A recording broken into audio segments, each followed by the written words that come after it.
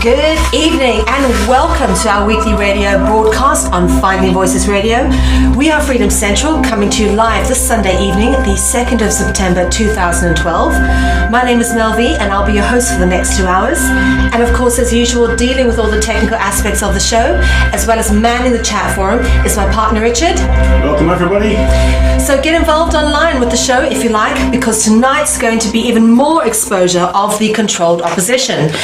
For those of you who are familiar with the material put forward by Freedom Central, you may remember that we do a regular visit on this topic, as there just seems to be more and more evidence becoming available for exposing.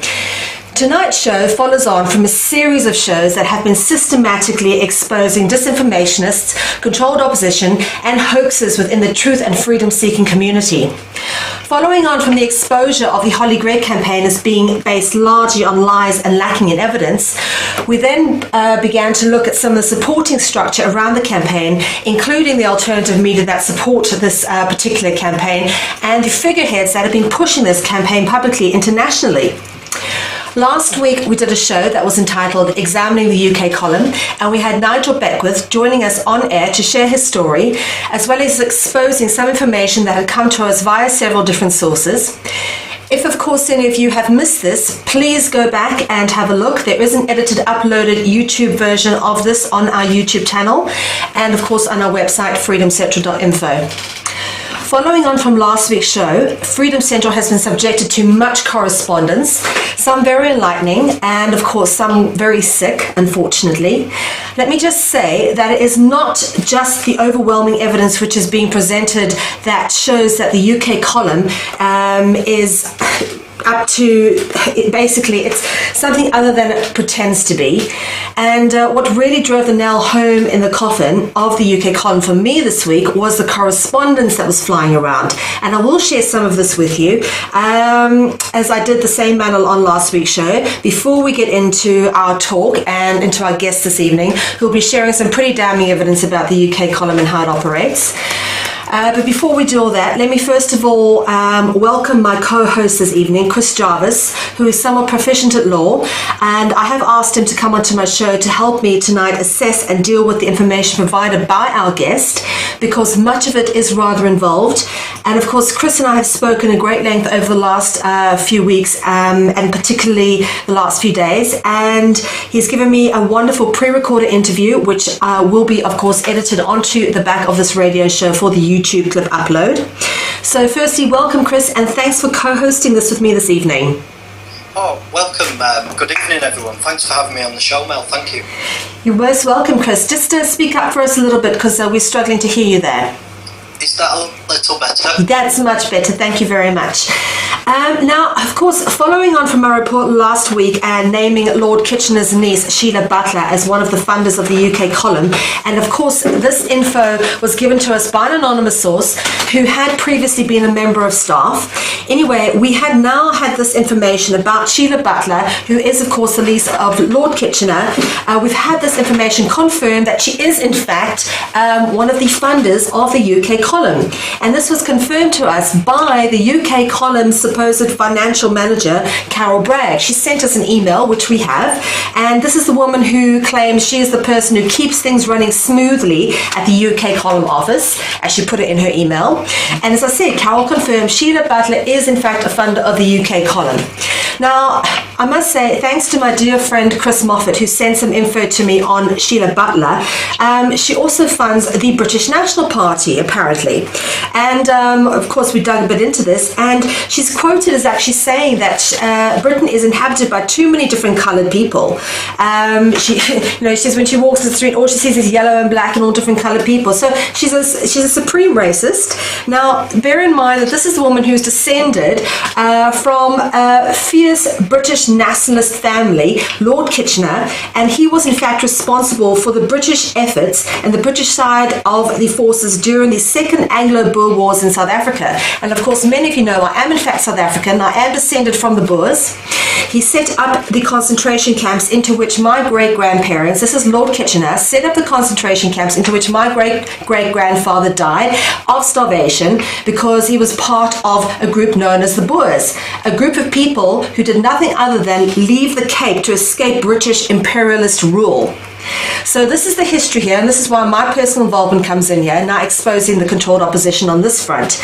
Now, just also to say, Carol Bragg also went on to further rip apart the characters of my sources that she presumed to know, and that seems to be the modus operandi for the folk of the UK column. They blame everyone else by calling them all sorts of things, including druggies, Satanists. There's references to being upstairs at a club where rituals are performed, a place where Gerrish seems to be aware of rather well. That's of course Brian Gerrish. He sent something to me in an email referencing this club upstairs, and I've been led to believe by other sources that apparently rituals go on there. So he knows this particular place pretty well, apparently, because he's referencing it in emails to me, which I have evidence of.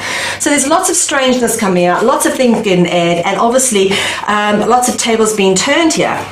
This, of course, gets even more twisted as the week progressed, with Brian Gerrish sending me some very strange emails telling me all sorts of weird and wonderful things, including that I'm a devil worshipper and that Lucifer speaks through me. Now, Brian Gerrish has also claimed that he wishes to start the Melvi hoax group, and we wish him all the best. After all, what is the hoax all about, Brian Gerrish? This week, he wrote to me to ask me to provide evidence of my abuse. Now, I have never spoken to Brian Gerrish about my abuse, so I don't know where he even knows about this from. It is not information that I wish people to know. It is not something that I've ever really made that public, nor are there any details of this in the public domain on the internet or otherwhere.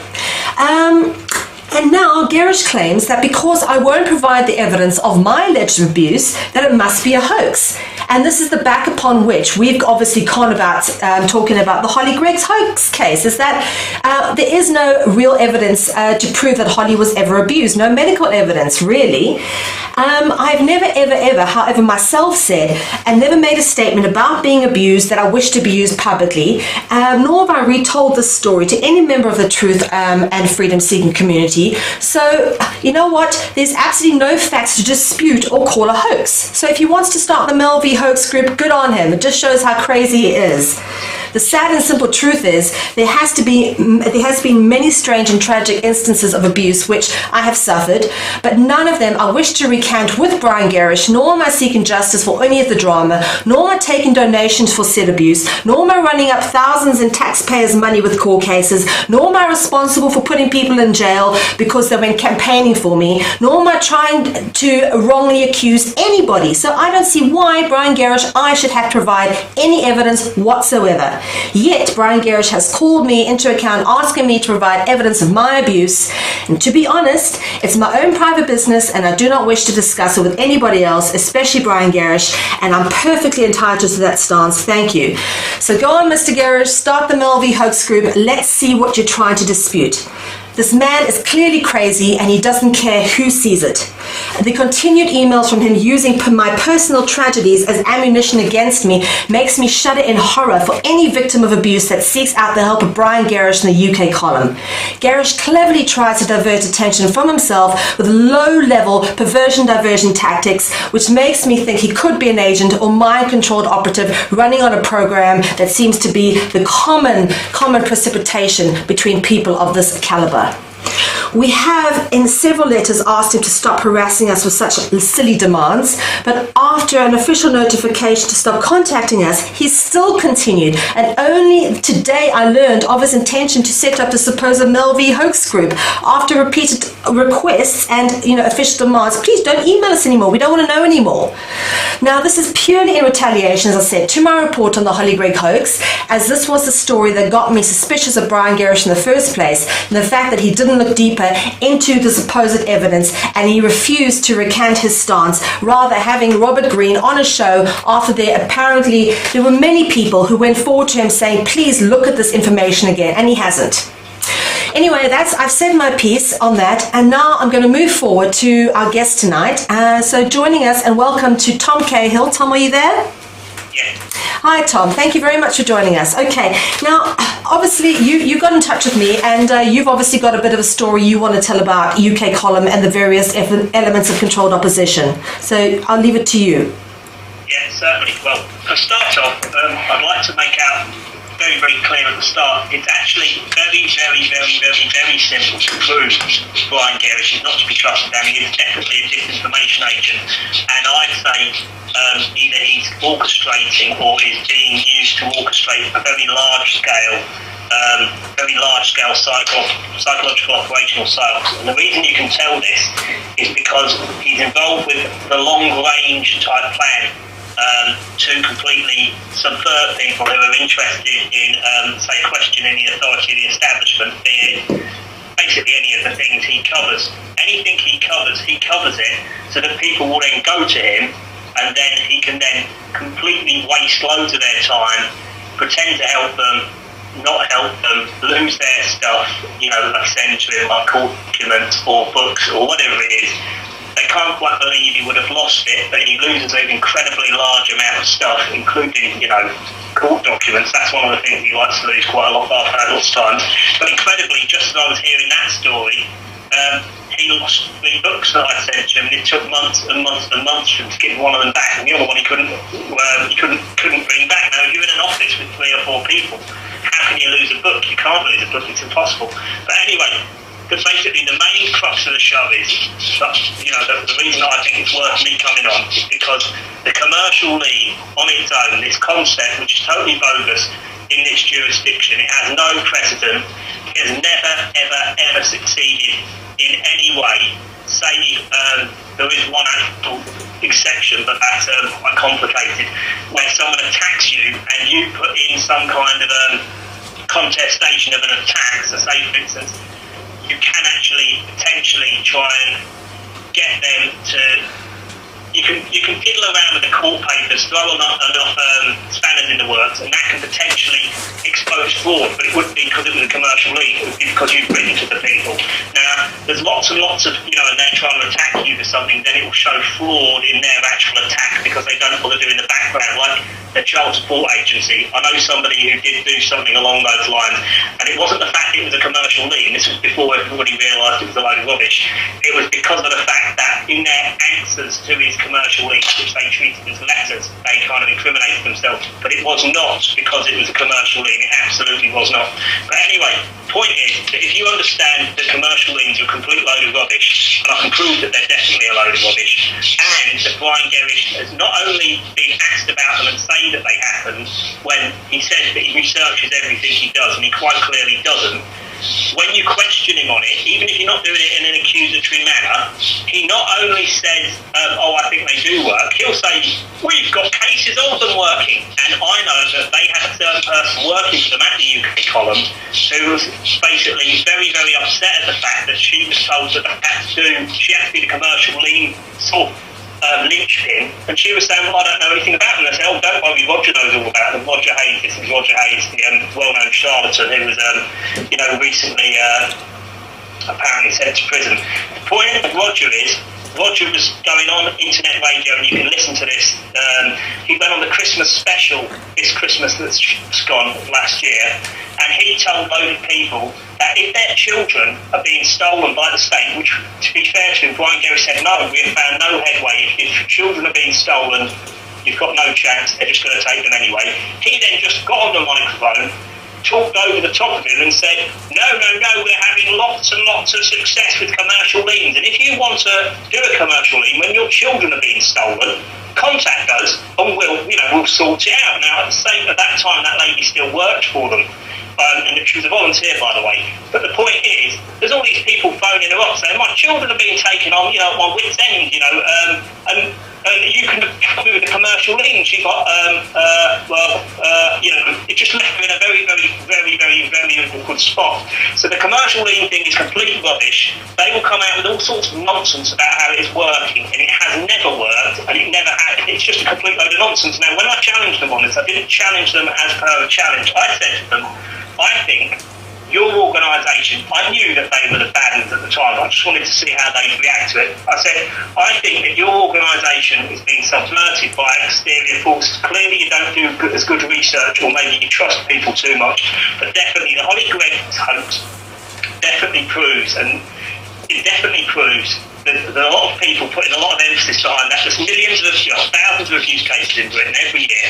Why on earth, out of all of those cases, would you pick one that happened years and years ago to someone who's so mentally retarded that they can't even be relied upon to give guided questions of yes and no? They can't even be relied upon to say yes and no, because when that poor young girl was on the Edge Media show, they had her on the show and they were trying to get her to say something about agreeing that her dad had said that he killed the dog or something if she grassed him up, and she was like yes, no, yes, and she's just profoundly retarded, because not all Down syndromes are as retarded as each other, as you probably know. But anyway, why on earth, if you had all the abuse cases you have happening in England every single day, why on earth would you pick one that happened years and years and years ago in Scotland to someone who's so retarded they wouldn't even be able to tell you what they wanted for dinner? You know, it's absolutely obvious that that's just to con people. My dad was a social worker, so I've grown up since a little kid knowing that children get sexually abused. I've always known about it. And I know that the idea that you couldn't find a better case than the Holly Gregg case is so utterly preposterous. You know, there's constant miscarriages of justice where people are convicted of being paedophiles and they get let out and they don't get sent to prison. That happens all the time. So why on earth don't they go on to one of those cases? It'd be a lot more sensible. But anyway, the other thing was they make associations with very dodgy people who are obviously either just out-and-out criminals or MI5 assets, you know, or maybe MI5, maybe it might be another organisation, but I think people know what I mean. They're working for either massive tax-exempt foundation types or government or pseudo-government, or, you know, they're working for big interest groups. They're not working for just some dodgy little side set. They're working for, you know, the powers that be. And their response was, and I was also, and the third thing I said was commercial link. They clearly don't work. There is no evidence. Please provide one piece of evidence. And I cited that Mike, their editor, and this is confusing because there's 3 Mikes involved here. Mike is the editor of the UK column, and if you go to editor at UK column, Mike gets back to you, yeah? And Mike can see all the emails that go to the other people, by the way, at the UK column, so sometimes I don't get them, I've been told. But anyway, Mike got back to me, and the very first time, and this is going back probably a year ago, and I said to him, Mike, is there any evidence of these commercial liens? And he said, yes, funnily enough, just recently, there's a guy called Michael Dobinson. Dobinson was the name, he said, has put a commercial lien on a police chief constable, and it's on Wiltshire Police, or someplace, not in the home counties, but in some, you know, shire of England outside of the sort of M25 area. One of the shires, I forget which one. He's put a commercial lien on a police constable, police chief inspector or something like that, not a constable, it's like got quite a high rank. And he's put this lien on this guy, and the guy tried to get the lien removed by going to court to get it removed. And he's gone to the Court of Appeal, and the judge has held that he does have to comply with the commercial lien process, and he can't have the lien removed. But he gets a bit more time because, of course, because the guy, this is the story, because he just thought, what on earth are these bits of paper, I don't understand them, and just ignored them, they said the lien, he's got a bit more time to comply with it because he'd possibly be given bad legal counsel because it's such an obscure mechanism. Now, I said to him, you've got a citation? He said, no. And I said, well, can I speak to this guy? He said, no. I said, have you got an email? I said, no. And he said, he's very busy. And I was like, okay. People who do this type of stuff, they want attention. They want attention brought to what they're doing. They don't want to be, inconspicuous. Now, I think there is a guy called Mike Dobinson. I don't know much about him, but definitely he never had a successful lead, and there definitely is no citation in the High Court because someone would have found it. Right now, the thing is, the last time I spoke to them, this is coming up to the future, maybe 3 months ago. They came back when I gave this message of concern about the fact that they were, as I said, I'll recap, supporting the Holly Gregg case, supporting commercial liens when they're quite clearly nonsense, and supporting, and also not publicly condemning these criminals and known MI5 assets and mixing with them. Yeah, if you ever question them on a personal level, they'll be happy to say, oh yes, we know they're dodgy, but we don't want to ruin the movement. Right? I picked them up on those three things, and what they did is they came back, and instead of saying, oh, thank you for the concern, they said, no, commercial links do work, and they came out with this woman's name called Liz Watson.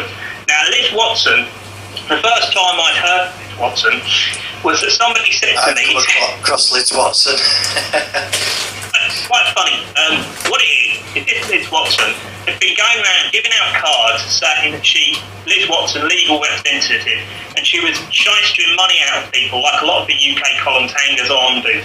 They shyster money out of people who are like very vulnerable, often have their children stolen. I'm not saying that she's done that because people have lost children or whatever, but they're all the same kind of scumbags. Now some of them are scumbags, just out and out scumbags, and some of them are like borderline mental cases. She is not really right in the head. However, Can I just stop you 1 second? I have actually provided evidence to Brian Gerrish over previous months of the fact, and it is a fact, that Liz Watson has actually been neuro-linguistically programmed. And if you want to actually look this up, there's a company called Collaboration Limited.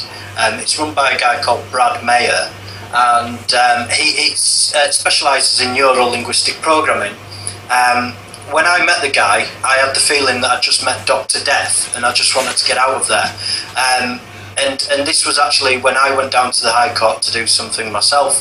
And, these people tend to hang around and orbit together, but Liz Watson was on, she might still be on there, who knows, but she was on his website giving testimonial to his services, and I can't say any more than that. Yeah. It's obvious. Yeah. And to me, I explained it to Brian as such that if she was programmed to win at any cost, and she was literally didn't have any facts or evidence, she would win at any cost. And some of the things that she has done would follow that sort of programming. For instance, she had herself sent to jail by writing on top of bloody court documents in court. Which is technically in law, that's placing yourself above the law, and that's placing yourself in contempt of the court. So the judge would be left with very little option than to give a chance to apologise, otherwise she goes in for a few days. And that's exactly what happened. And I raised all this up with Gerrish at the time, and you know what, it's the usual thing, it just all gets railroaded.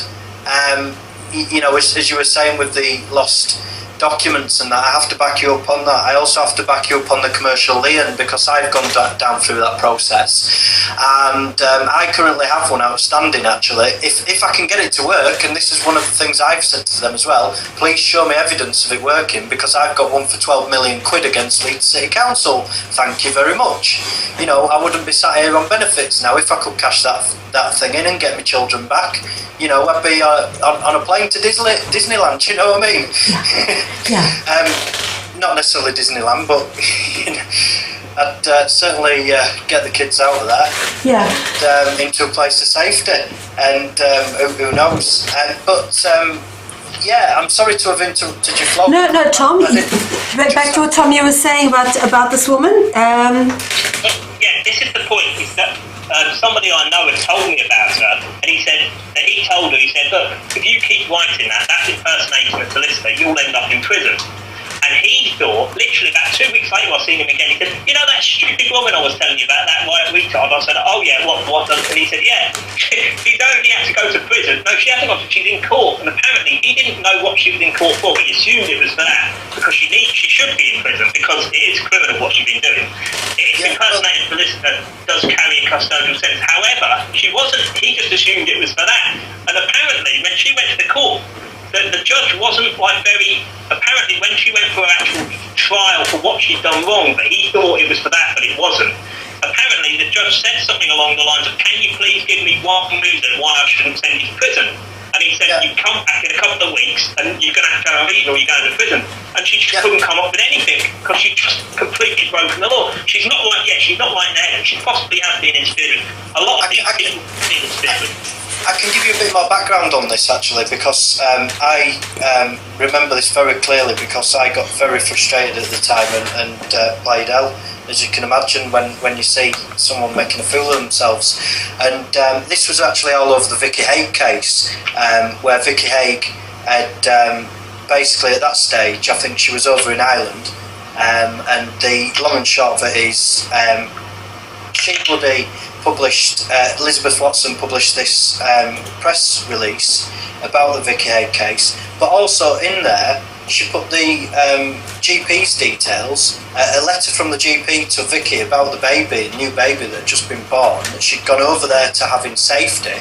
So thereby every man and his dog knew exactly where Vicky was. Not only that, they knew the name, age, date of birth, all sorts of things that compromised Vicky.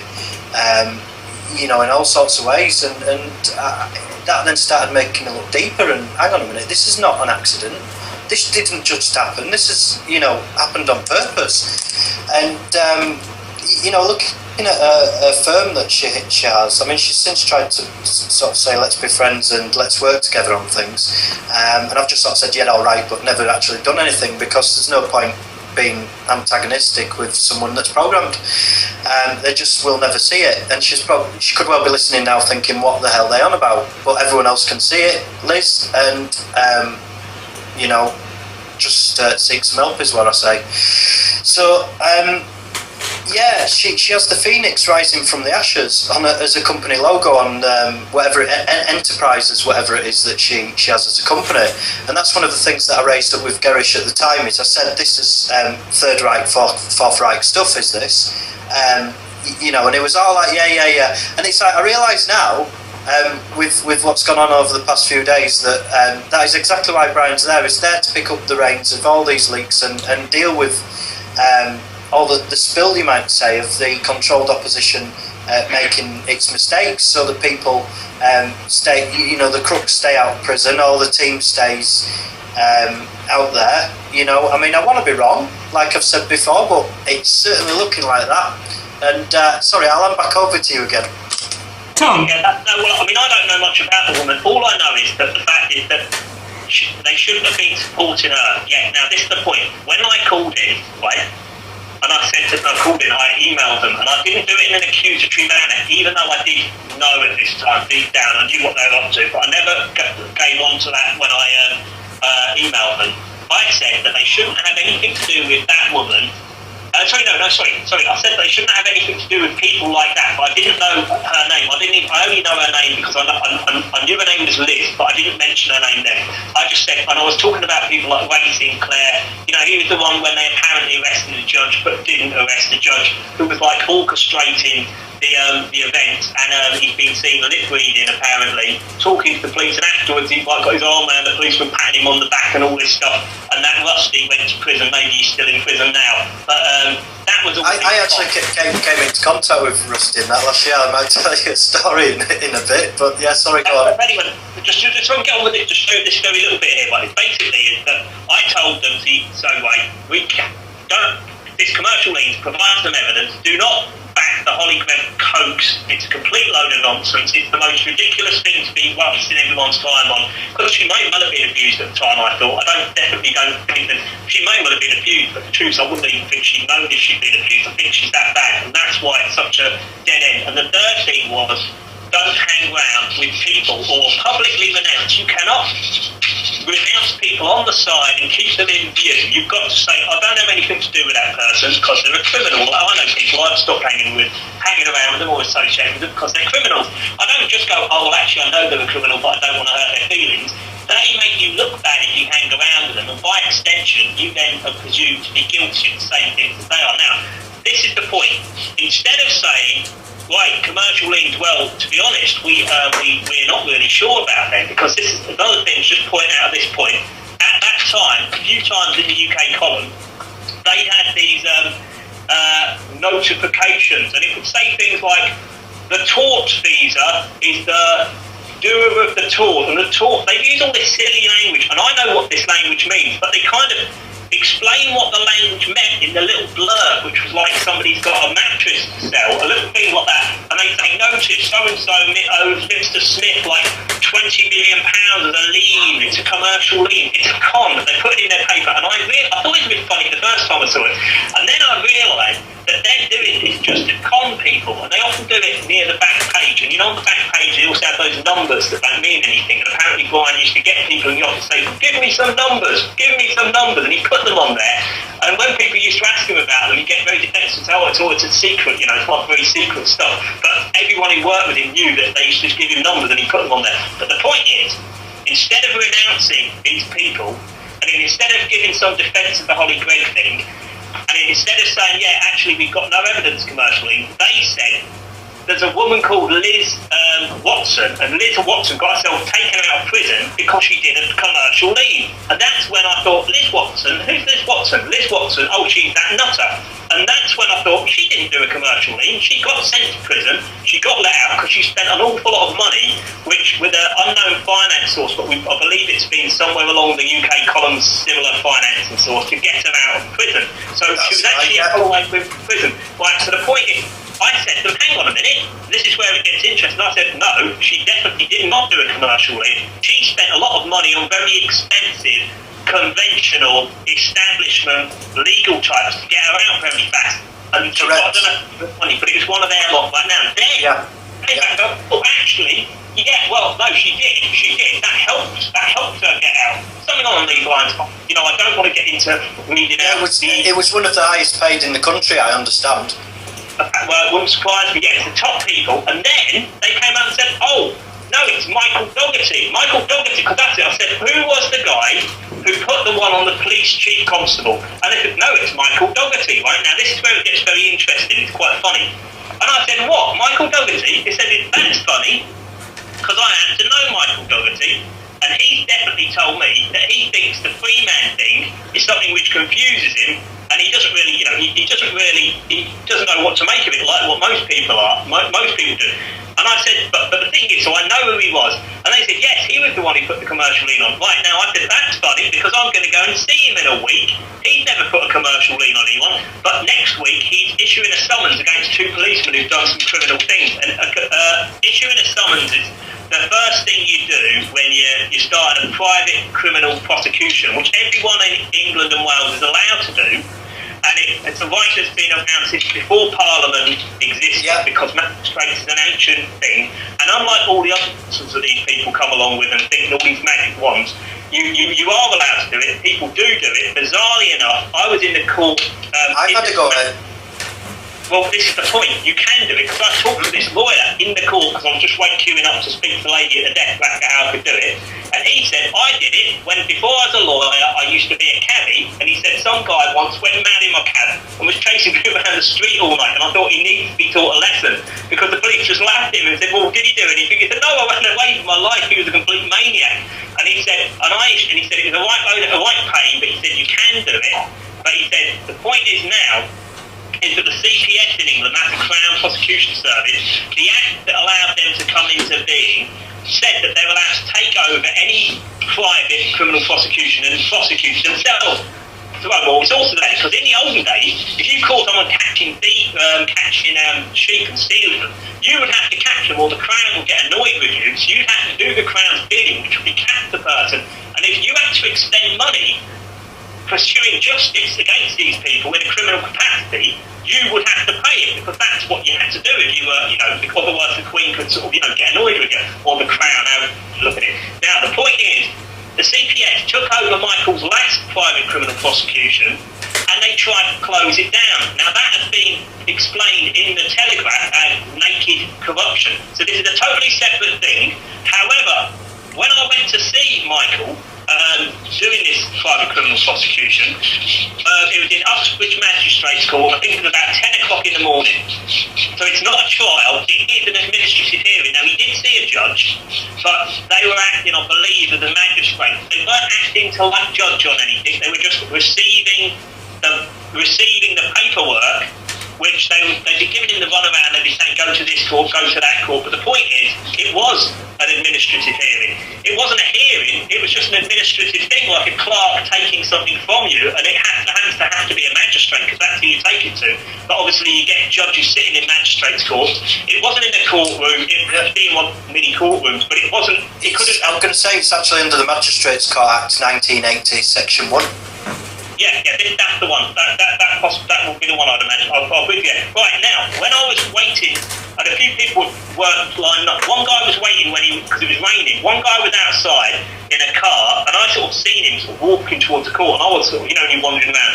I had to see Michael first, then there was a guy in a car waiting, and he came out, he parked up, and he came with us, and then a few more people turned up, and I was saying to them, what do you believe Michael's doing here today? And they said, a few of them, I can't remember which one said what, but I can swear on anything you like.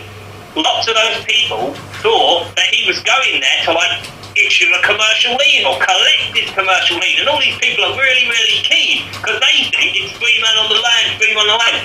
It's not free man on the land. It's a conventional, historically well-established process that thousands of people have done. It was not a commercial lien. And then they were going on about good old Roger Hayes and all this. I said, hang on a minute, good old Roger Hayes. Roger Hayes is a complete charlatan. And the more things you say bad about Roger Hayes, and you say, but what about that Rusty? You knew it. Now, oh, well, what a good guy. Poor Rusty. Well, he's in prison. And he's even written from prison and said, don't trust Roger Hayes, because Roger Hayes will drop you. I've never heard of him since I went to prison. He's actually out now, is Rusty. Yeah, but he entrapped a load of people to go up to Birkenhead, right? That was not a trial about council tax. It was about council tax to start off with, but what had happened was Roger... Can I explain something else very quickly as well? Because there's something very important about this, which I've forgot to mention, because myself and Mel did a little recording earlier on that's very relevant to this.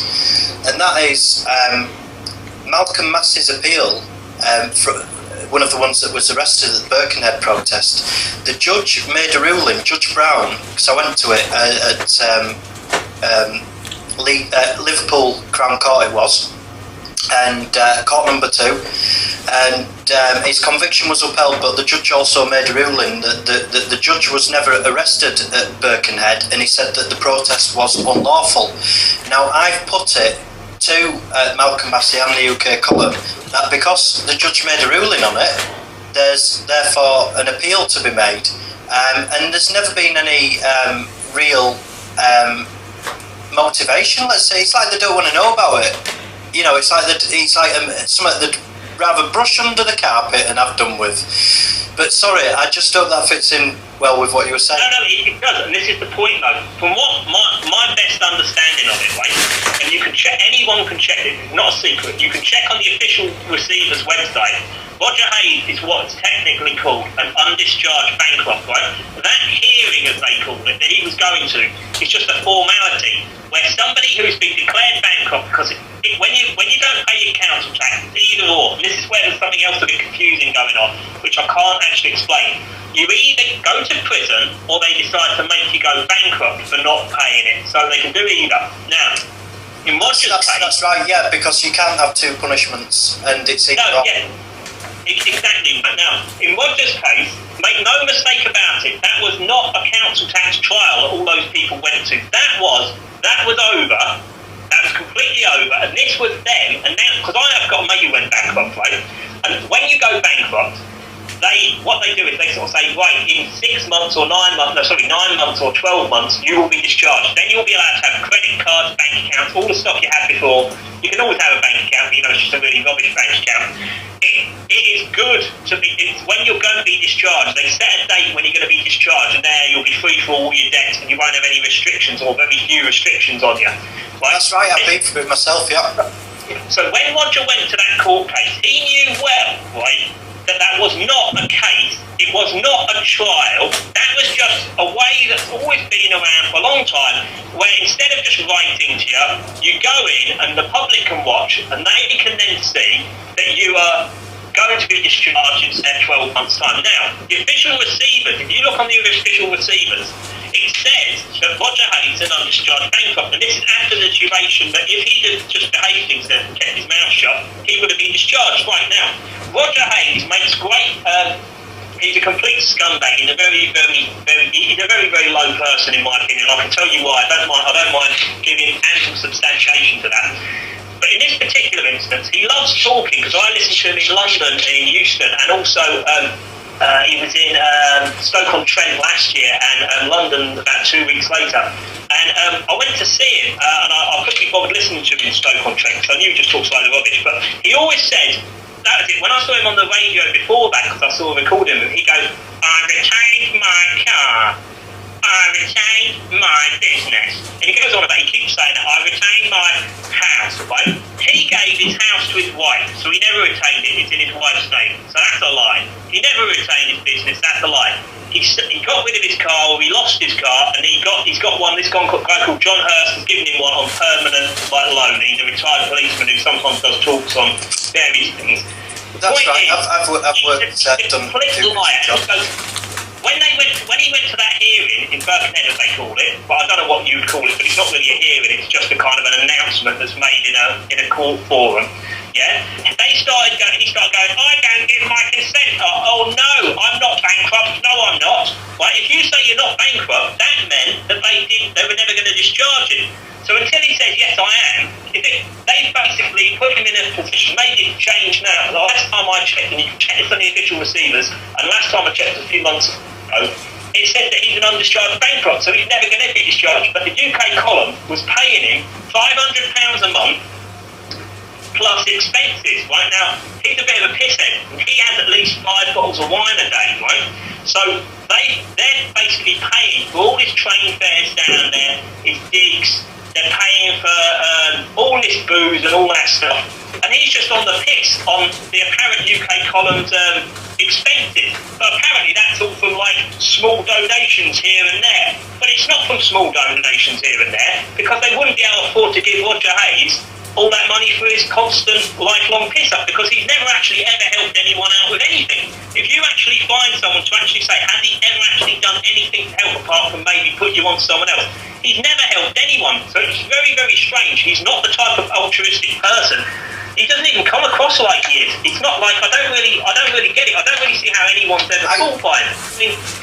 I was going to say, I just probably want to comment on some of that stage, because it's really weird, and it might be that I've looked at it the wrong way, and perhaps it wasn't help. But he once tried to help me, and at the same time, he was helping Vicky Haig, who I've mentioned earlier. Now, the end result, if you look at how he was helping Vicky Haig, and then the end result is Vicky Haig was in prison, I didn't follow through with the plan. And who knows, maybe it was a setup, looking back at it. Maybe it was to put Vicky in prison. You know, I don't know, I'd have to speak to Roger about that. But when you add it all up, you see, I've always looked at him as being a really nice guy, but I'm quite happy to, you know, listen to everyone's opinion. And sometimes I realise in myself, I can be naive, you know, and because I'm always constantly wanting to see the good in people. And if he was such a good guy, right, he wouldn't have gone on that Edge Media Christmas special, nor the thing that was on in 2011, I think sometime around September, or maybe after September, or something like October or something, where they had the thing for all the people who had their children snatched in Stoke-on-Trent. He went up on the stage and started going on about how commercial leans are excellent, use commercial leans to get your children back. Didn't explain if you put the commercial leans on, what commercial lean is or anything.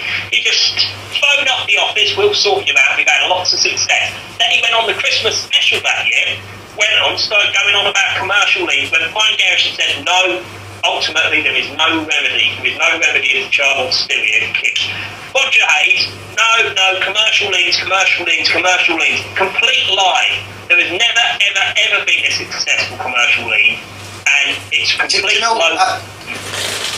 The only time I've seen people get the kids back, in my experience, is when either the local authority's been embarrassed into doing so, or if they've really, really bent over backwards to comply with the local authority, because the system's so bent that you can't win.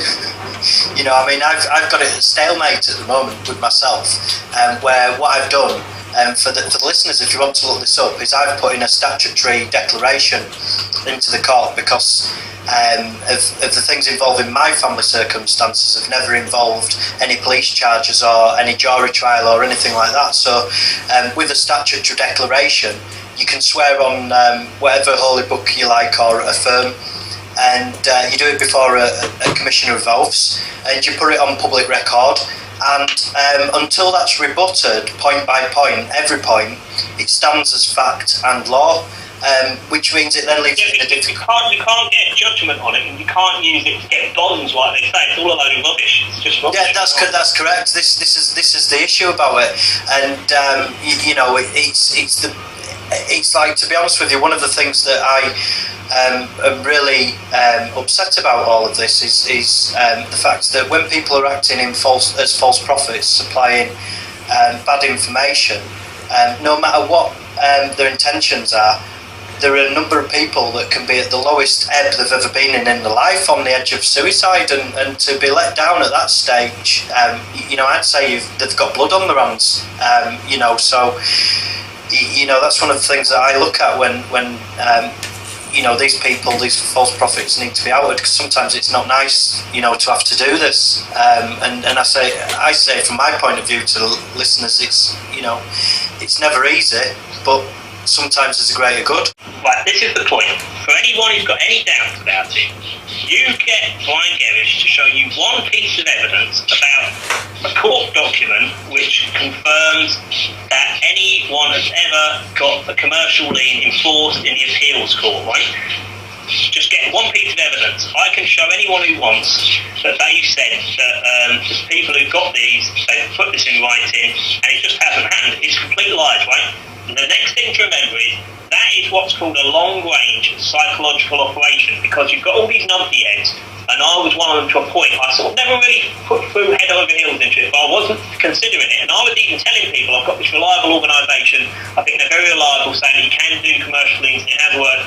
So I was passing this on as a fact, but I was saying I'm not exactly sure on the details, but I heard it from a reliable source. They did make a fool of me in that respect, but I could never describe it, and I always know if I don't understand something, that's because it doesn't make sense, because I'm confident enough to understand it. If there's gaps in the way I understand it, it doesn't make sense now. Long-range psychological operations are totally different from contracts. Now, I've got it on good authority that one of the, let's say, like a long-range psychological operation would be something that's partaken by a very higher government department, or, you know, something along the lines of a big sort of, you know, tax-exempt Rockefeller Foundation type thing. It's the very stuff of conspiracy theories, because 99% of people, even once it's run its course, cannot believe it actually happened. Like COINTELPRO in America, even though it was admitted that it happened, after it had happened and the effects had been felt, people still don't believe it really happened, because they just can't get their head around it. The conditioning kicks in, you see? And this is the point. It's absolutely inconceivable that somebody would do something as contrived as coming up with some nonsense like the free-man concept and the commercial liens without it being, you know, pushed from some, you know, great height. Now, there's a guy called John Menard who's based in Canada. Now, this guy, he looks a bit odd. He's got a funny little facial hair configuration, always wears a funny hat, sometimes wears like Steven Seagal coats. And that guy, I was listening to him once, and I was finding it very, very interesting. I couldn't really get to the bottom of what he was going on about, but I persevered and listened to him several times over. And I came to the conclusion, if you followed what that guy did in any context, it would never get you anywhere, unless he comes up with more details. And I listened intently to see if he came out with anything else, and I realised eventually that while some of the things he said were good about the fact that all the money is basically being stolen, countries are all very rich, that's all true. He even admitted that he was a Freemason, and people go, oh, he's a god of Freemanism, he's a god of it, and it's like, the whole point, the whole concept is a complete load of nonsense. It makes no sense whatsoever. I understand it's a nice idea, but it will never get you anywhere. Just because a firm can be a person and have a personage, and you're a person and you don't want to be called a person, it will never get you anywhere. It's never got anywhere that it want to get anywhere. The only time it will work is if you do something no one else has done. Sometimes you confuse people so badly that you can get away with it. Like I used to be very fast with my mouth when I was younger, and I used to be able to confuse people into letting me get away with things. So I just talk and I go, and it would just go for it. You can get away with it once, but all these plonkers think that they can just copy it, and it's like a magic bullet. And then when they don't get anywhere with it, instead of going, that's a load of nonsense, they go, oh, I need another magic load of words. A lot of these people wouldn't have passed their, GCSEs or O-levels, before your A-levels. And they think that they can somehow, run rings around a system which has been set up, obviously, to trick them from day one, which is the judicial system. It's always very well known to be very corrupt and bent, and, to preserve the establishment. And the whole point is, Brian Gerrish is definitely persuading people to go to court to make complete arses of themselves, when if they did things like report things to the police, make a big fuss when it didn't get anywhere, then publicise it, you can embarrass the establishment into doing things, you can get support these ways. Any effective means of getting anything done, he runs a mile from. Now, the very most important thing is, if you look up Brian Gerrish's actual organisation, it's called the New Battle for Britain Group. Now, you might wonder, why isn't the UK column called the New Battle for Britain? Because that's what it used to be called. It used to be it was founded by David Noakes with money out of his own pocket. He took Brian on to help him out. Possibly Brian was an agent then, and he didn't realise. I think this is probably the case. And he got 2 runs of, I think, 20,000 papers or so, some quite a huge amount of papers ready before 2 key EU votes. And the idea was they'd bomb them at certain key areas so that people would get such, and they'd be saying, get onto your MP in every sort of constituency or select constituencies in the country. And the idea is these EU votes wouldn't go through. Now, Brian, who was working for him, got the papers, took them away, said he didn't like what he put in them, and got them all pulped. So Brian Gerrish is working for the EU, without a doubt. He is. What you call it's telling the truth. If David Noakes is telling the truth, that's what he's doing. He then tells everyone that David Noakes stole money from him. David Noakes was the one who set the paper up. You see, this is the point. And if you actually look into it, it was called the New Battle for Britain Group. Brian didn't like that. He liked the UK column. Apparently that sounded too militaristic. But if you ask anybody about David Noakes, Brian Gerrish will say that David Noakes is a scumbag who stole money off him. Now, I've talked to David Noakes briefly in the past, but the one thing he doesn't strike me as is the type of person who would steal money off someone like Brian Gerrish, because for a start off, whenever you speak to him, he's always extremely busy. He's quite clearly, he doesn't need to convince anyone, he's quite clearly like a high-flying business type. Brian is not a high-flying business type. He can't even get his grammar correct in emails. It's always really confusingly bad. And he can't even get his facts are always in a jumbled mess. When he was threatening me when I first threatened to expose him, he started threatening me with harassment, and he was sort of trying to mix it up with defamation, and it was like, well, what is it, Brian? What are you accusing me of? Have I said anything wrong? I was only asking him questions. He's a confused mess. As soon as you start attacking him, he falls apart. And the other thing is, the the sociopathic nature also shows through. One of the things when I got into a little, email argument with them a little while ago was I mentioned them having a lot to do with the very well-known MI5 asset, Belinda McKenzie, right? Now, Belinda McKenzie, everything she touches doesn't work. Jim Fetzer stayed in our house and did a talk in London. He did the talk on 9/11. And nobody went to it. Literally nobody, apart from the people he got on board to film it and stuff. And she, of course, blamed the other people, the other truth seekers in our house, which were going to drum up publicity, but they didn't. But what can you do about it? Everybody who goes near Belinda McKenzie gets made a complete arsehole of. Recently, Nick Holostrom has done. He's a very, very brilliant mind, but he's a bit of a wally, and he's not got the most common sense in the world. But I think he's a very, very top quality person. He's a very, very nice guy. I think he's one of the most useful people you'll ever come across. He's a genius, I'd say, probably. At the same time, he's gone and done this ridiculous talk in Belinda's back garden called Farrell and Colostrom Are Dead, and they're wearing sunglasses. and they just look ridiculous. And she's coming in asking them if they want a cup of tea and all this stuff. And she's behind the Holly Gregg thing. She's behind anything which is set up not to work. And even if people don't accept that she was also administering a charity called Iran Aid in the 90s, where £15 million went missing over 3 years, which was meant to be used to help Iranian children, and they never produced any evidence of a single Iranian child getting helped by it. And the Charities Commission has put up a report which you can see on the internet, and you can also, if you put her name in Iran Aid, you'll see pictures of it. So there's no secret she was in charge of it. She was one of the trustees. She ran that organisation, and then when the Charities Commission came in and said, right, that's it, we're seizing all your books, mustn't take any of them, they were going in and they just destroyed all the books. That's definitely a criminal offence. And then the Charities Commission still, even with them destroying all the documentation, they said this is definitely a fraud, it needs to be looked into. The police did nothing. Why didn't they do anything? Because she's working for the government. That was her little Brucey bonus. Whether she kept that for herself, she lives in a nice big house in Highgate near the station, so she could well have used it for that, but I reckon possibly some of that was to siphon off to use for other little MI5 operations.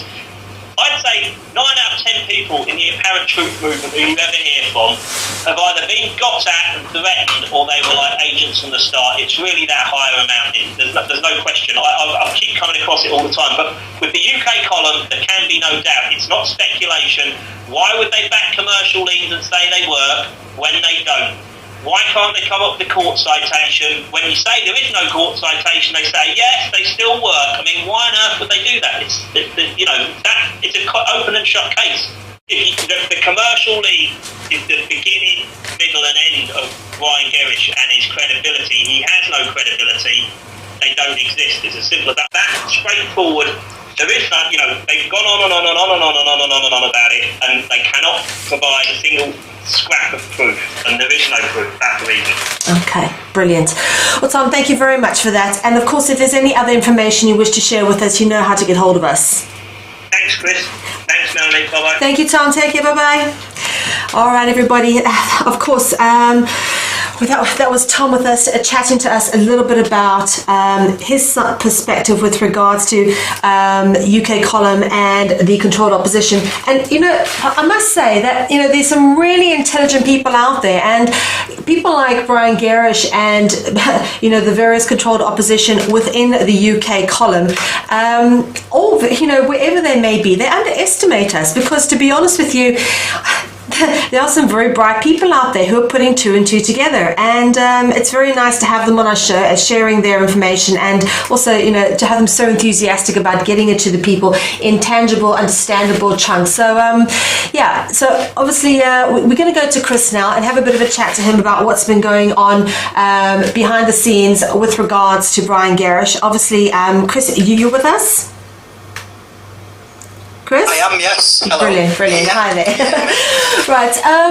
We spoke to you before the show, and I've been speaking to you throughout the course of the week, and thank you very much for all the detailed information that we've shared in our personal chats, and as well as what you've made public.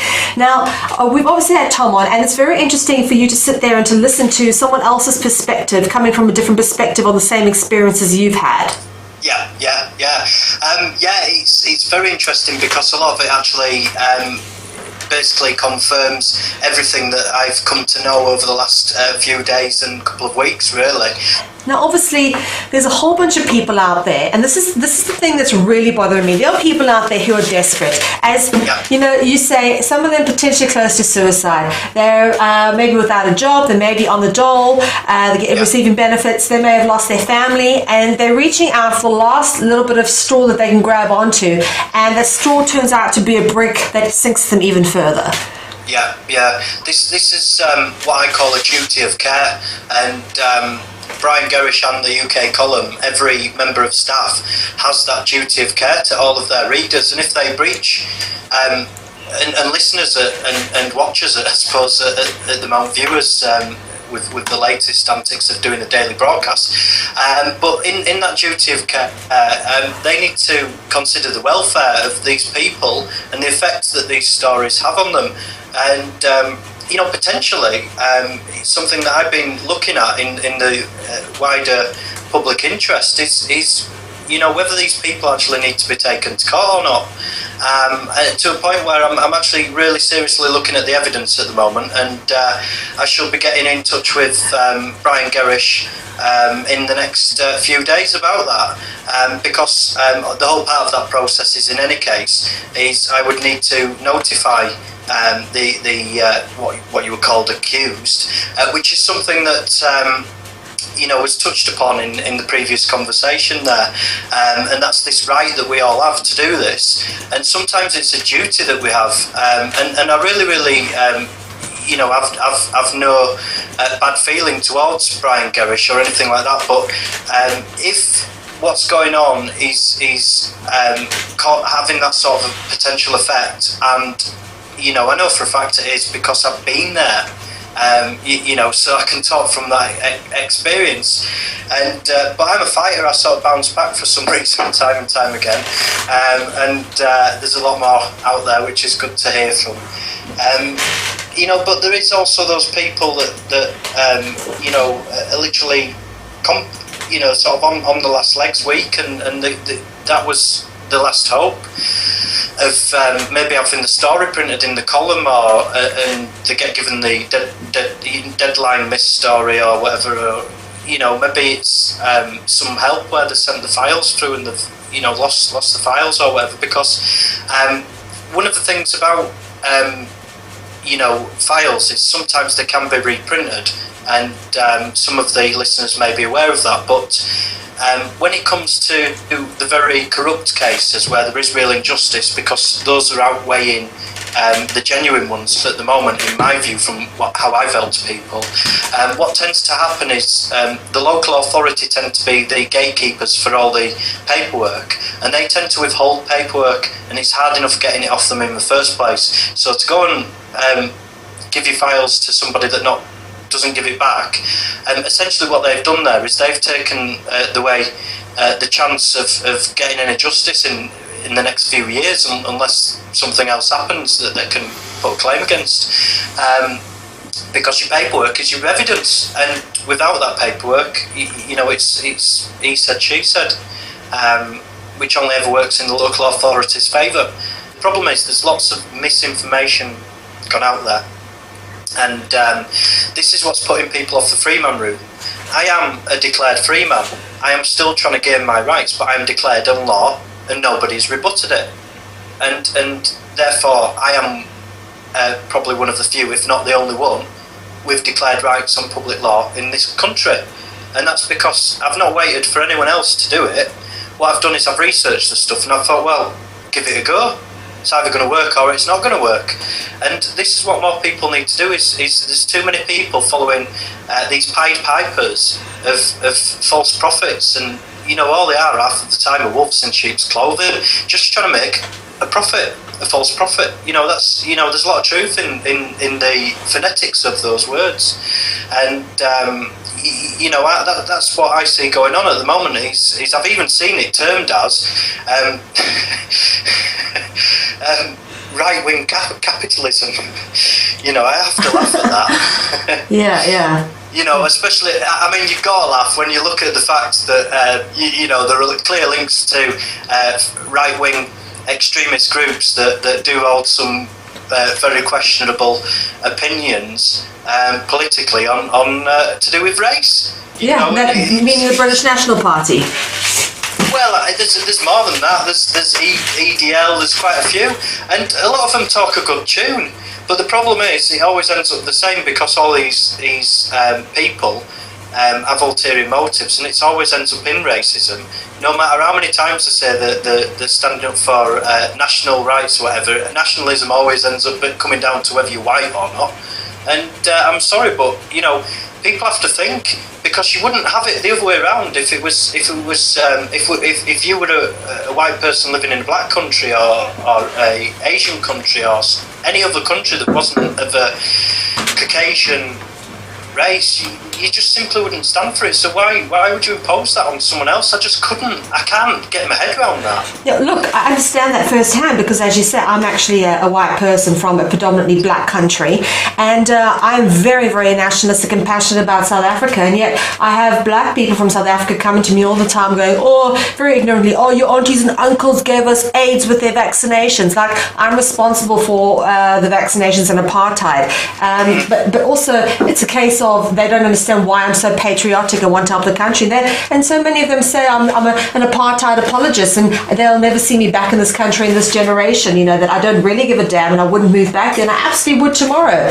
It's the simple thing is that black people don't want the white people there, and they're trying to, there is a genocide agenda on, and they're killing off all the white people as fast as they can because they don't want them there.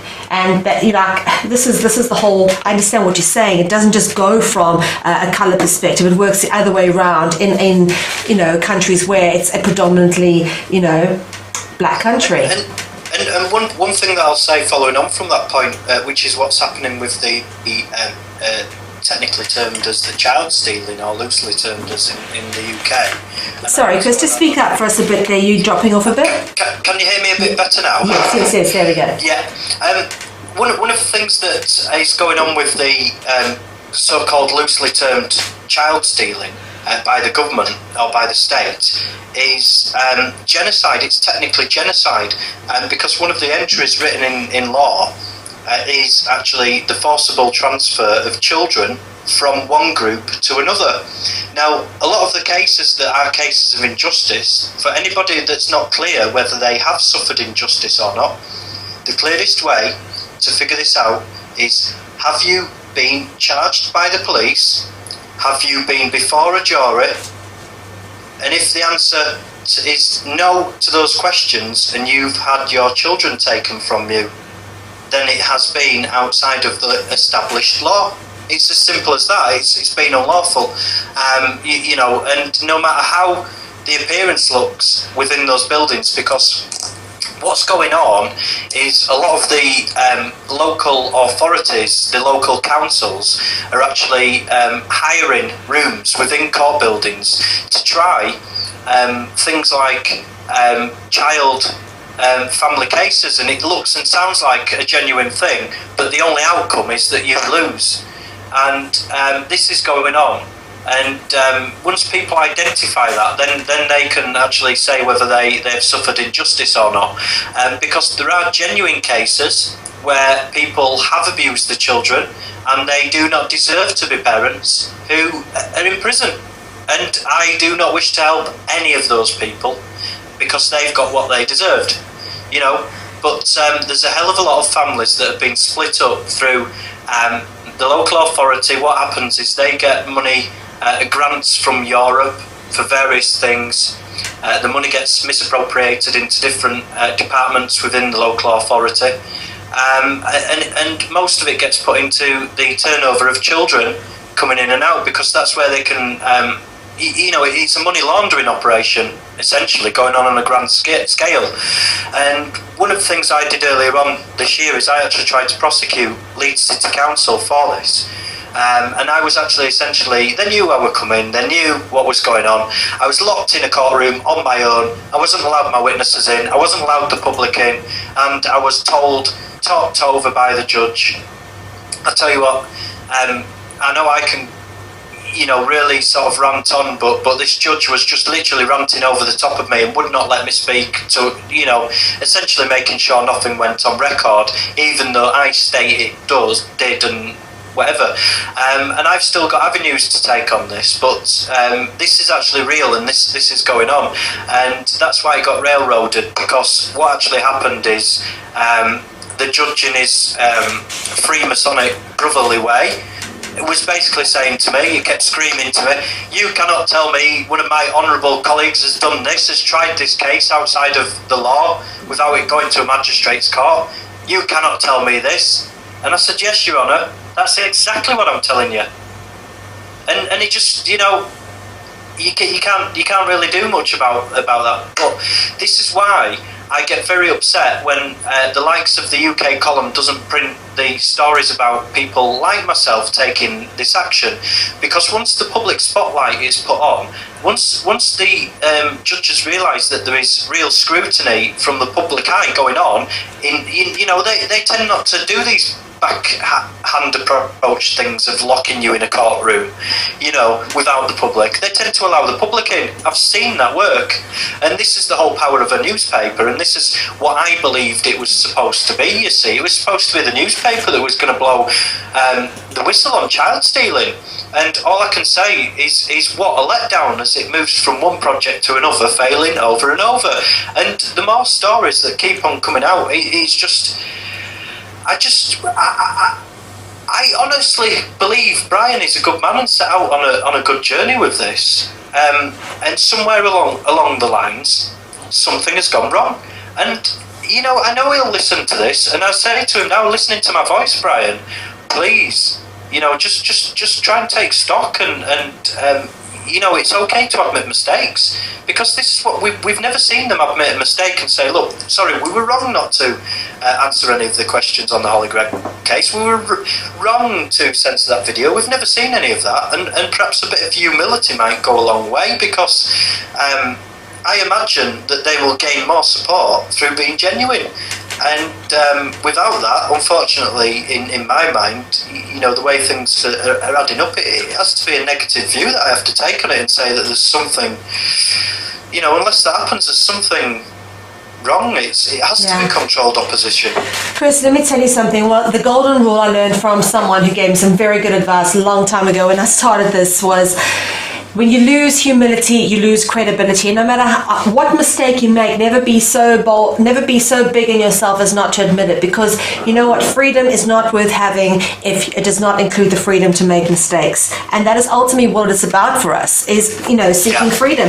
And you're not always going to be right, because you're going to go through some layers of truth discernment which are false, because they're designed to lead you away. So you're not always going to be right. You can't be afraid to be wrong. Otherwise, guess what? You won't even leave the starting post to find the truth. You're going to be wrong a lot of the time along the way to get to a place where you actually start to realize what the hell's really going on. And I think, to be honest with you, so many people get sucked into the Alex Jones, David Icke, Brian Gerrish level of the truth movement that they don't actually really get to the core truths and true spiritual values, what is needed to know in order to move this world consciously forward. I think they get stuck into the quagmire that's designed to keep them stuck there so that they don't evolve consciously forward. They look to messiahs. They look outside themselves for answers instead of empowering themselves with whatever rights and abilities are there for them and being guided away from. I totally agree, and for a lot of people that I've seen, is this speaking circuit has become a lifestyle not only for the speakers, but it's become a lifestyle for the people who go around following these people on the speaking circuit. And you know what, that's a whole industry of itself. And this is part of what's keeping the misinformation perpetuated out there. It's because all the simple answers get railroaded because it doesn't earn them money. It doesn't sell newspapers. It doesn't sell the DVDs, because there's so many people on these speaking circuits that go around and they have these tables where they've made either these low-budget documentaries, that's supposed to be based on truth or whatever. And, a lot of the time you have to ask yourself, what is the real agenda here? Because when you're talking about taking money for making a DVD or whatever, you're talking about entertainment then, you're not talking about the truth. Because as far as I'm aware, the real sort of justice, the only justice that I know that I'm aware of goes on in courts, and I've suffered injustice and I want to see some justice. And when I saw Brian encouraging people to go to court and that, and I could see that a lot of people would fail, but I've taken that sort of challenge on, but the thing is, how I've done it, and this is quite right and follows up what you were saying, is I looked at it without following other people's misinformation. I looked at the law as the government were supplying it. To take for instance the UK legislation website. It's there available for all to see. and you can look up things like the Magna Carta and see how it's translated into today's law. And there is what's called a maxim in law that says, "He who does not assert his rights has none." And what that means is, we get told all the time about, when if you were to come into contact with a policeman, stay quiet, don't say anything, and all this sort of thing. But really, silence in law is called acquiescence. It's an agreement. So unless you speak up and tell them what your rights are, and say no to whatever it is, you're agreeing. And that's just one of the bits of misinformation that people misunderstand, as I say. And there's all sorts of things that go on with the free man business as well, all this business about the birth certificate and that. And again, there's misinformation there, but a lot of it is true. And I've actually established this with the case law, as I was referring to earlier, because Norman Scarf, I represented him using my title of Mr. Jarvis, which meant that he could remain as Norman the man. And that, if anybody wants to look that up, it's actually on the Bailey website, which is the British and Irish Legal Information Institute, and it is Scarf versus HMP Leeds and others. And it looks overall quite negative, but once you edit it down and look at what rights are going on there, that actually establishes the right of the Mackenzie friend with automatic rights of audience. There was no application made. I simply assumed, I just assumed the role. I just thought, well, why not? You just walk in there. It's every man's entitled to it. So until somebody tells me otherwise. Because this is the problem, is when people go around saying, Mackenzie friends don't have that rights of audience, then people simply assume that, and then they don't try as hard. And really, this is why it's very important as well for this knowledge to be known, is because these people within the courts need to understand that these are our courts, these are the people's courts. It's our law. They are the public servants. And when we go in there with wrong information and make ourselves look idiots, that then gives them reason to turn around and say, well, children need governing. Yeah, they need governing. They're children, they're acting like it. They're acting like fools in this place of business, because that's what a courtroom is. It's a place of business, place of contract. And you don't fool about in a business contract. It's simple, And this is why people can never understand why judges don't have emotion and things like that. That's what they're trained for, is they're trained to look at things analytically and coldly. And yes, they do get things wrong, but yes, they also get things right as well. And this is the bit that I see the UK column tries to hide from the public quite a lot, is when it goes right, it's never held up. It's like it doesn't quite fit with the picture of painting Britain so gloomy that we need to have a revolution. I don't think things are that bad. Change your government, yeah. Maybe step out of government, maybe live freely, yeah. But a different system? I don't, what's that? Jumping out of a frying pan into the fire? Giving someone else a chance of a new system of control? I don't think so. Yeah. And this is what they're pushing. Yeah. Well, unfortunately, this is the dichotomy and the paradox we face at the moment is, yes, nobody really likes it the way it is. I mean, nobody is okay with the fact that there's kids dying in Africa whilst a few people hoard the billions and trillions of the world. Nobody really is okay with that. But in order to enact change, what are we actually asking for? Are we going to be able to change it to a resourced contributionist-based society where we don't actually work with a fiat monetary system? Or in that change, is it going to be a catalyst for them to bring in something more extreme, like they've been saying, out of the chaos comes the order? They're bringing about the chaos, the problem, reaction, solution scenario, so that they can bring in, this what we've been hearing about for a long time, which is, potentially very controlled Orwellian type New World Order agenda. Yeah, I have to totally agree with that, and that's also as well on that exact note.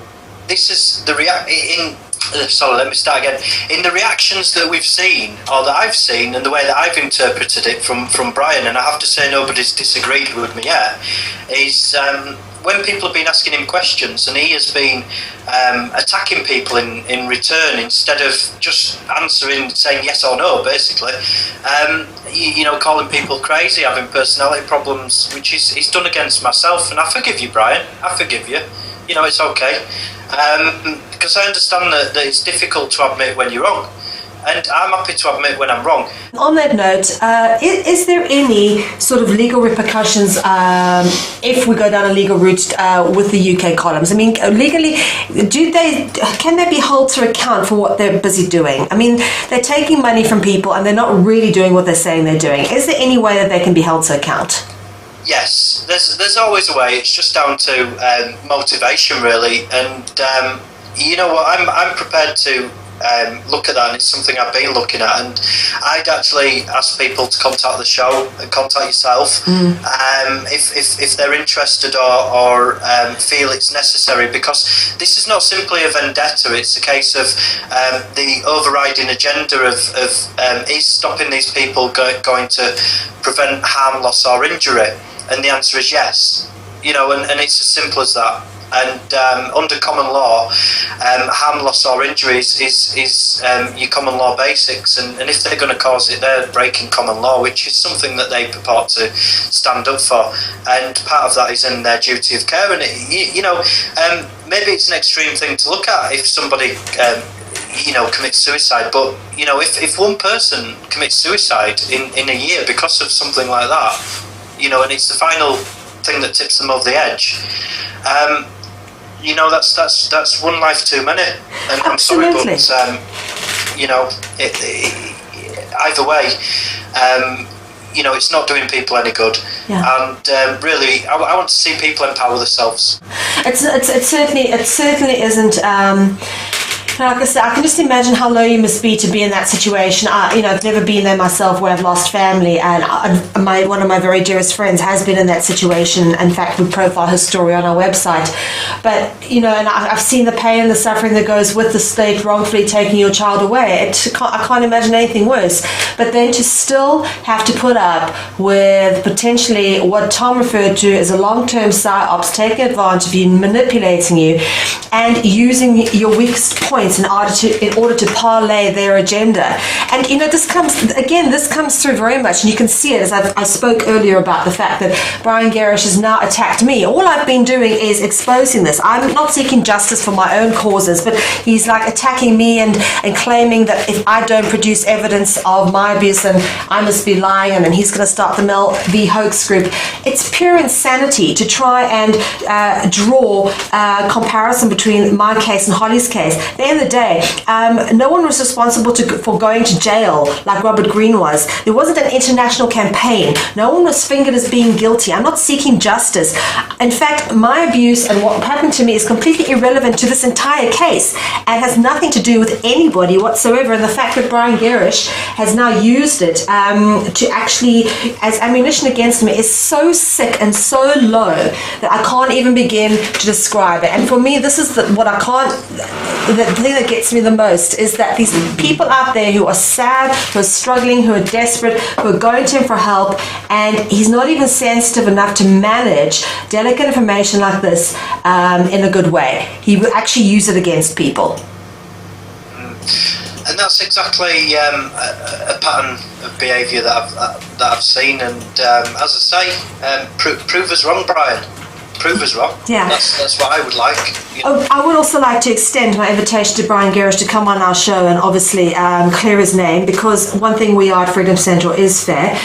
So please, Brian Gerrish, we welcome you to come onto our show and obviously talk us through anything that you feel you wish to defend. But, I don't imagine that will be the case, because I don't imagine that you feel you need to. Instead, rather, you'll hold us to account for rather irrelevant things, like, for example, me providing evidence of an abuse which happened in another country more than 20 years ago. I mean, could you ask for anything more difficult? Well, I mean, in any case, it still doesn't answer the question why Brian Gerrish sits as director of a company called British Constitution Group Limited. It doesn't answer the questions of evidence relating to Holly Gregg. It simply diverts and points the finger in the other direction when he knows full well that it's a very sensitive issue, and to be honest with you, I actually feel that that's dishonourable, if anything, and I've always felt before he's been a man of honour, but I'm starting to see that he's not. You know, he's misguided, and maybe sometimes one of the things that's crossing my mind is if he is heavily programmed via NLP or hypnosis, heavy hypnosis, however, if the good man inside him is fighting back, he could well end up doing some crazy things, and this could be one of the crazy things, is all these wild accusations, because the good in him wants us knows that we're right, and he can't admit it, but still he's engaging us in conversation. I mean, why engage any of us in conversation and have these wild accusations going around? I mean, what good is it doing? But it's allowing each person that has done this to come together and compare notes and go, oh yeah, same thing happened to me. Oh, did it? Yeah. Oh yeah, right. And you know what, Brian? You're creating a little club. You're making yourself look silly. Yeah. Come on, get yourself together, man. Yeah. At the end of the day, and this is, I was taught this a long time ago by someone very wise, we create our enemies, and he's absolutely doing that. You know, we've at no point ever emailed him at all. He emailed us. He started contacting us and barraging us.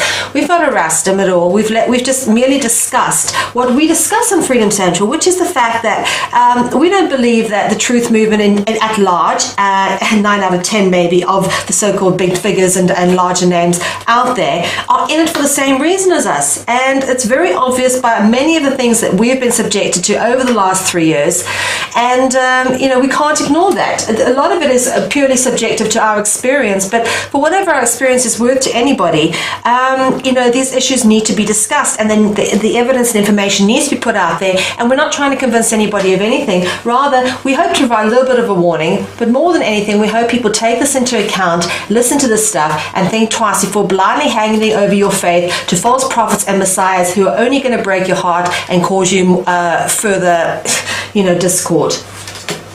Yeah, totally. Yeah, all right. Chris, I think we've pretty much reached the end of our show for this evening. Is there anything else you'd like to add before we close off? I'd just like to ask the listeners to check out anything that I've said, because you'll find that ultimately it will empower you. And I'd like to leave everyone with, some love, really. Send my love. Lovely. Thank you for having me on. Chris, it's always a pleasure to talk to you. Thank you very much for coming on and sharing your thoughts with us this evening. And we will catch up with you again soon. Thank you. So